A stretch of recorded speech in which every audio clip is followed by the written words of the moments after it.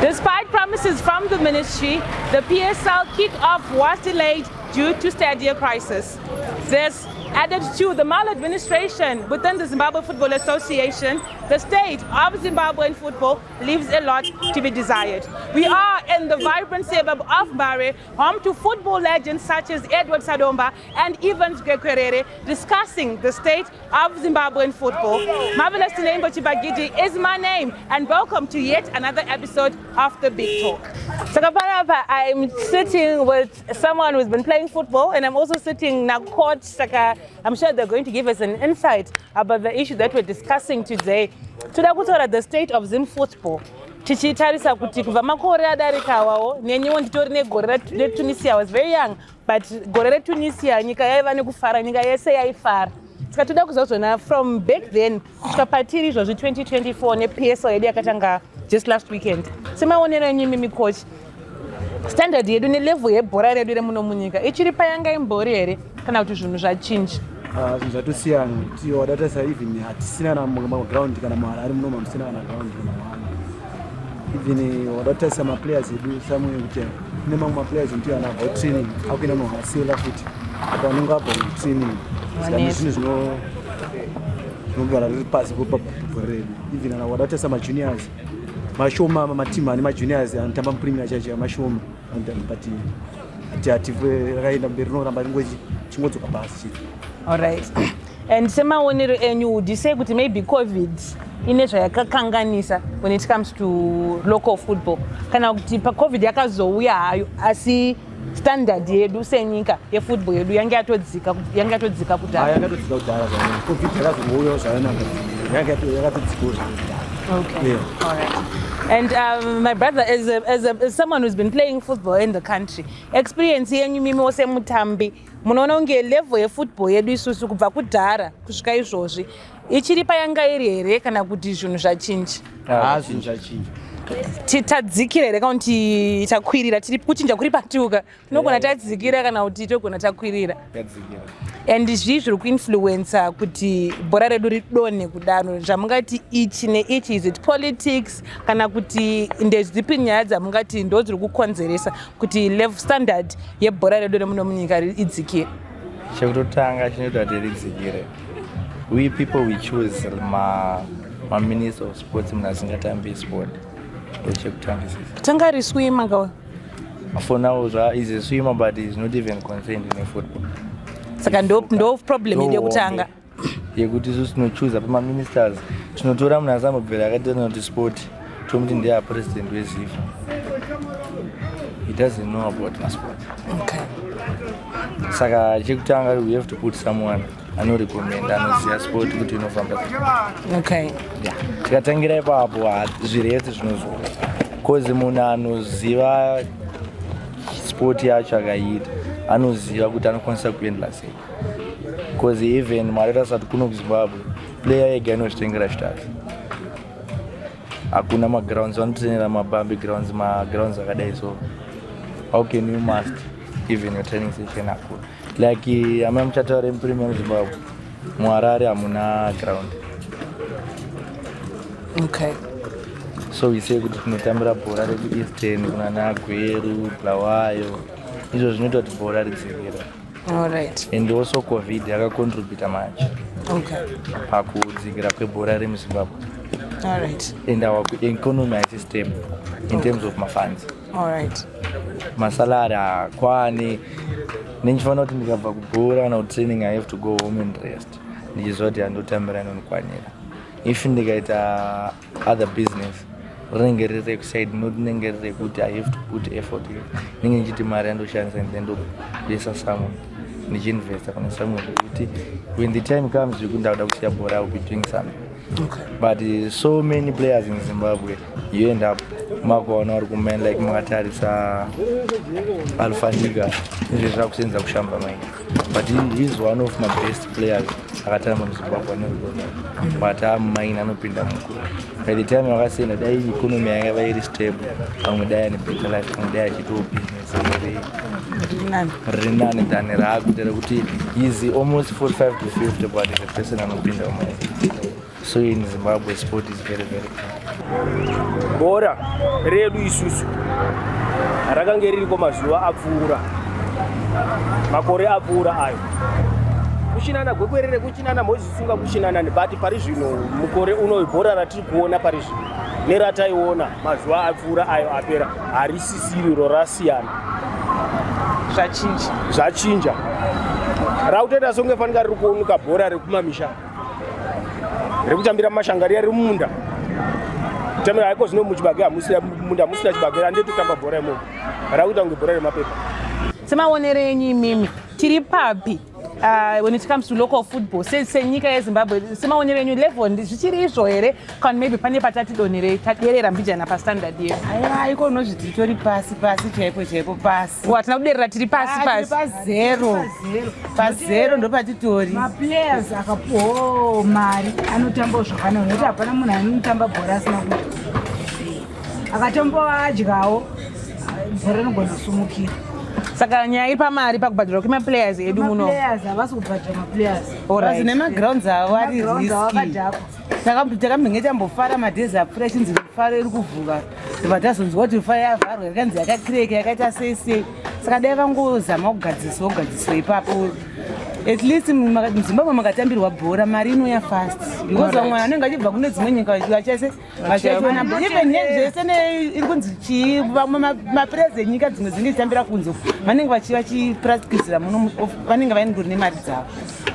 Saka kusina bhora mari hakuna. Vanopracticira kuvapi ezvino munyindikini muground macho matova musango, saka hapana zvedu zviri pasi matomuloji chaimongana kutoti sango chitangira kwacho ikoko, kuzifa kwacho ikoko hakuna kana chinhu vari kumboita. Magrounds akagadzira rufaro but wakagadzira kunze chete, ko mukati macho hamuna kugadzira. Nogona saka tikuda vanhu vanenge kana namagaya vambopinda muzvinhu izvozvo vambogadzirirawo, wozivo vanhu vane mari, saka vanokwanisa kuti ase kutigadzira. Chinhu chinouraya bhora remunomu ndechekuzoni masponsorship hakuna. Alright. Saka imimi semaonero enyu handiti matizona zvatodzikira zvisingaiti. Influence yacho iri kubva papi? Iri kubva kuti vatambi havasi kubhadharwa here? Iri kubva, what do you think ndezvipi zvofanira kuti zvichinjwe zviitike kuti tidzokere paya patanga timbori the glory of the national team yedu yemawarriors the glory of our local premier league? Ndezvipi zvofanira kuti zviitwe semaonero enyu imimi? Hapana bhora rotamba. Vachikomana kama akadzoka zvinenge zviri kumuitika. Saka kudzoka kwake injury, it was influenced by injury, kwete kuti zvona kana wakutodzoka kuno kwakutopera, saka kuperera kumba mazvona. Asi tikuti bhora redu remunomu ndaribhadharwe, vapfana wawanda kutamba bhora but kuti vaende kumbera vakwanise kuti ane mhuri oenda zvokubhora obva ikoko ane shena ada kugeza hana kana kumba mukadzi anenge ada kudya. Saka bhora ndo parinofira ipapo. Ndatigadzirise maasociation ebhora, zvebhora ndazvimire zviri zvebhora, zisaitwe mabandauko ari kungobuda hazvifambidzani. Bhora ndarimire riri bhora, ndo maonero avo. Okay. Saka vanhu vangobhadharwa, munhu haatazoenda kunhu kwaari kubhadharwa chete ende haatazoita basa raari kubhadharwa, wangopiwa mari ishoma kana chanongochitiri kufira. Saka Ministry yedu of Sport the Zimbabwe Football Association ndo pariri kufira here kana kuti kune kumwe riri kufira futi mumaclubs umu? Uye what do you think chavanofanira kunge vachiita ivo as ZIFA neMinistry yedu of Sport? Ndezvipi zvavanofanira kuchiita to ensure kuti vakomana havabhadharwa and also we are back to the glory days patanga timbori? Vanofanira kungobatana, vemaclub vavo neassociation vanofanira kungobatana. Vepolitics izvezvo vamafana vaenda mumaclub kuti atotambe chaichaika, anototanga tonyora coach kuti utambe. Asi icho zvandotorawa bhora kupfuura uyu but kana achibva kumumba kunoonekera ane mari anonotambiswa first level muzona. Saka hapana kwatiri kuenda, bhora redu rinogara rangufa, hapana kwatinoenda. Nekuti kutarisa kudhara muno mufutball rainyanya kukosheswa. Izvezvi vanhu vakutamba bhorawo zvekungoti regai tingotamba kuti tarisire kuenda kumberi, asi kumberi kwacho zvakaita sekunze kwenyika munhu haakwanise kuenda futi nenyaya yekuti maclubs aako zvinezvi, masponsors akawanda, macompanies avairana akabhuruka, saka havachakwanisa kuenderera mberi nekusponsa mafootball. Vanhu vaakuzvionera pakutamba bhora, like matimu avo munhu anogona kuti ari kutambira kana Dynamos asi achidzoka nekamusika kusaidi. Asi kudhara manje vaikwanisa kupuwa mari yekuti vaikwanisa kuziva kuti kana vachitamba bhora vari kutambira bhora nekuti mari iri kunyanyota se iri kubuda zvakanaka. Saka ndo zvaita kuti bhora ritidzikirei mazuva ano nenyaya yekuti vanhu havasi kunyatsopuhwa muripo wanofanira kunyatsopuhwa kuti atambe bhora ane shungu chaidzo chaidzo. Vakungotamba vachiti ndo mabasa atakakwanisa zvinokwanisa tiende kumberi, but haa zvinezvi zvadzikira. Saka semaonero enyu imimi ndezvipi zvingachiitwa netomboti Ministry of Sport yedu neZIFA, which is our local football board, the Zimbabwe Football Association? Ndezvipi zvavanofanira kuita seivo varivo vari kumusoro, nekuti maclub vanogona kuita zvavanokwanisa kuita semaclubs kuti vasapoti maplayers avo, but ndezvipi zvingachiitwa neministry yedu of sport, ndezvipi zvingachiitwa nelocal board yedu yefootball, the Zimbabwe Football Association, kuti bhora racho richidzokera patanga timbori paipai, ndepapi pavakachidonhedzera pamungati apa pangava chinhonga apa kuti tidzokere back to that glory nembiri yatanga tinayo ukatise magrounds nekuapa ari kunzi akakreka yaya nekuvapa vanhu mari. Pamwe zvinhu zvedu zvingaite nani because ivo kana vasitorina kana mari yacho ngavatsvage madhona anomagadzirira votaurirana. Ko zvekuti vamwe vanoti zvona maybe tikaisa munhu anoziva zvebhora izvi tikamuisa iko kumabhodzi eZIFA, tikamuisa even kana kuti kuministry uku, maybe zvingachiita kuti zvona bhora redu risimuke. Kana kuti imi munongona zvona, asi kukangoiswa munhu ari kuziva zvaari kuita kuadmin, maybe zvinoita. Imi munoona sei ipapo? Vangoisa munhu ane ruzivo zvinogona kubuda. Kuti asina kana asitorina ngagara asiri after man anoda kusimudzira nyika yake. Kana ari after man ngagara aregedza nekuti vamwe vanongoti zvidzidzei tungozvita zvingobva tingoti ndingozvonzi muno muZimbabwe. Anti muno ndo makabva ana Sadomba, ndo makabva ana Gwekwerere muno muMbare. Asi tikatarisa izvozvi kuti maplayers avo vamwe vacho vakangota mbiri mbichana. Kana vana vedu izvozvi vanotamba vada kutotambawo bhora, but vanotamba bhora rachiso sei? Hawo vakawandisa vana vanotamba bhora, but kuti vatambe manje vanongoona kuti kutambira pasina. Unongokutira zvimwe haringaite basa rako munhu nekuti hakuna mari. Alright. Haichokwadi. Kuti paiswa zvinhu chaizvo zvekuti panotsvagwa munhu anoziva nezvesport chayo kuti akambotamba bhora. Chiro changu daikwanisa kuisa vanhu vakaita sana Abel Pinja nomwari waro. Vanhu vanokwanisa kusumudzawo kuti bhora redu rinogona kusumukirawo kuenda mberi. Saka you feel kuti tikaisa maybe vanenge ana Benji tikavaisa muma-positions of power, let's say count even muZIFA, akapindawo arimo muZIFA, even as a chairperson or as a director or something, zvinokwanisa kuchi-influence football, the outcome of the standard yefootball yedu muno munyika. Chokwadi. Okay. Pane vamwe vatambotaura navo vakataura kuti zvimwe zviri kudzikisa standard ndezvekuti mune politics iri mumaclubs already, yekuti maybe uyu paari kuda kuti ari kunonotamba zvinobva zvanzi uyu ndiye maybe anenge akuda kutotonyora kuna coach kuti apinde pa-first 11. Do you feel kuti zviri kuitika mumaclubs atinawo, and then we end up people paying to play but not really having the best as the starting 11? 100%. You're 100% right. Because a person anobva kulower side like us haukwanisi kuenda kunotamba bhora like kuti paplatinum usina mari, because coach anenge achisaura kuti mari one ari kutambira patimu inenge isingamukwaniri. 2 tinongodzoka paipe pekuti munhu asingatambe bhora bobo vake vanoda kuti atambe bhora. Paslot yemunhu ane chipo ane talent panoiswa munhu ane mari unoti kuti ane talent, in that to reduce competition mumasports, because a person ari talented nemunhu ane chido they are different.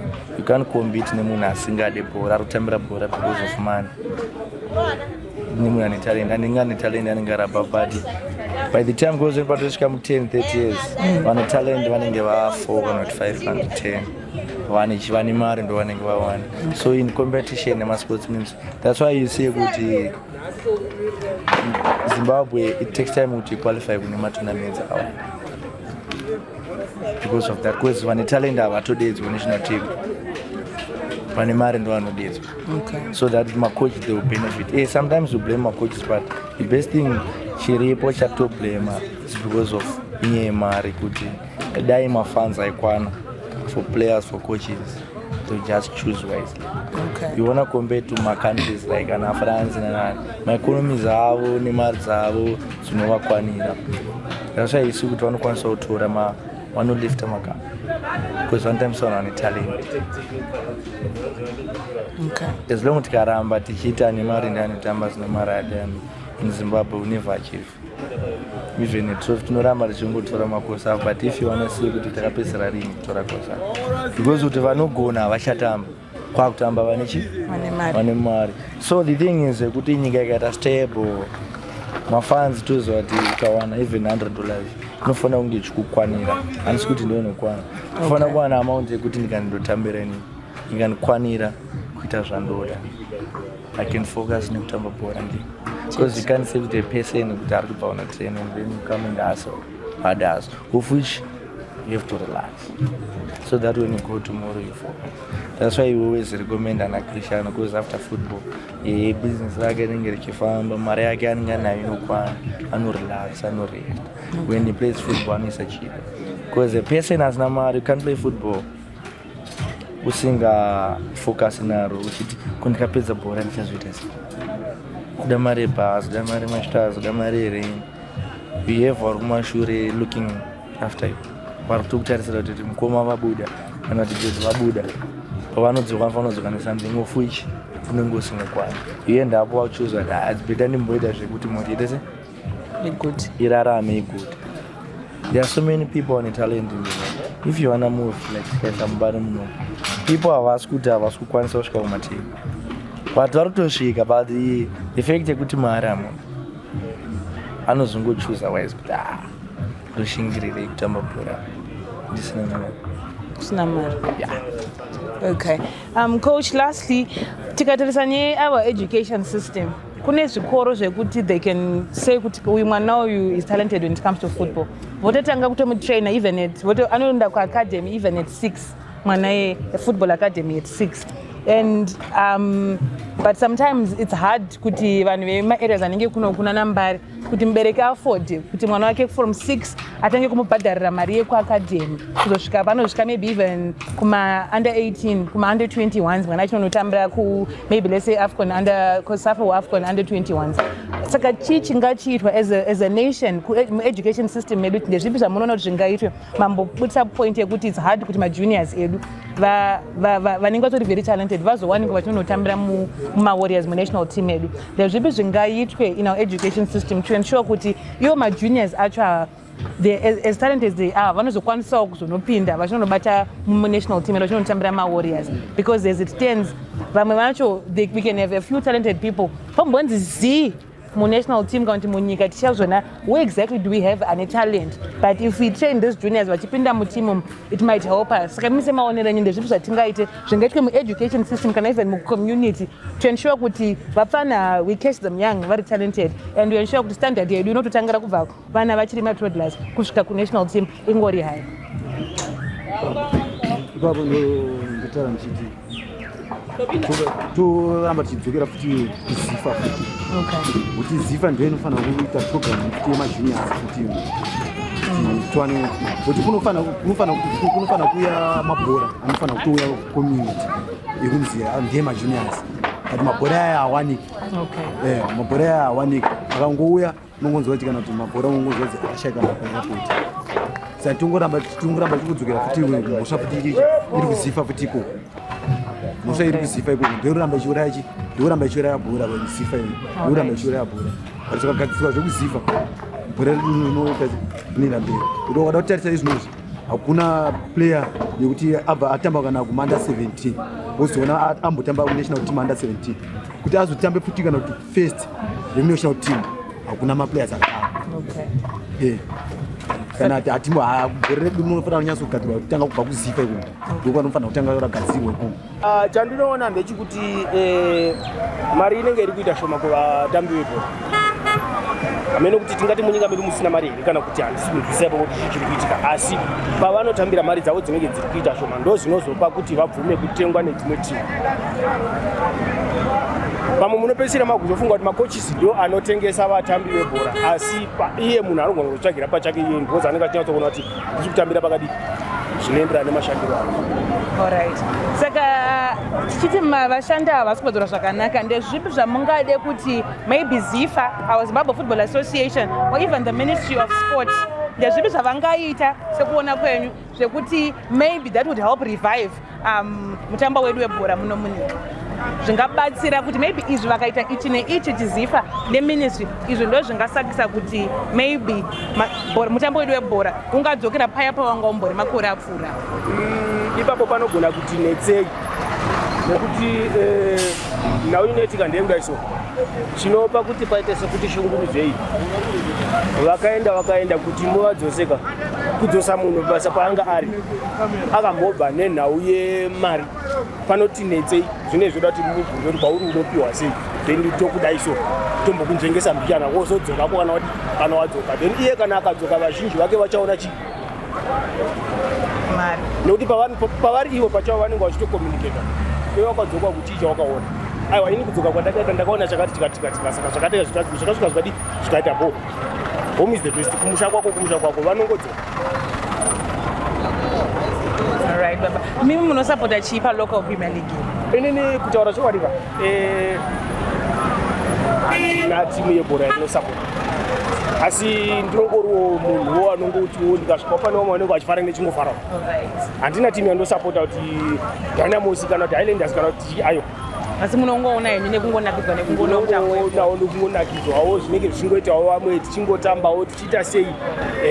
Aiwa, no, thank you baba, maita basa. Could you put the blame on the Ministry of Sport and the minister, or maybe shift it to the local body, the Zimbabwe Football Association? Or should you add to that list the local football club owners and the managers who are not paying the disgruntled local players? Or maybe we could also consider our education system, which fails to nurture young local football players from a tender age until they're able to play for the national team. Could there be politics involved within the clubs and the relevant ministry and local football body? Could there be hope for local football's revival, or maybe there's no hope for Israel? We were discussing the state of Zimbabwean football, which leaves a lot to be desired. We hope that maybe one day the glory days are going to come back. Marvelous Tinebo Chibagidi is my name, and until next time, it's goodbye for now.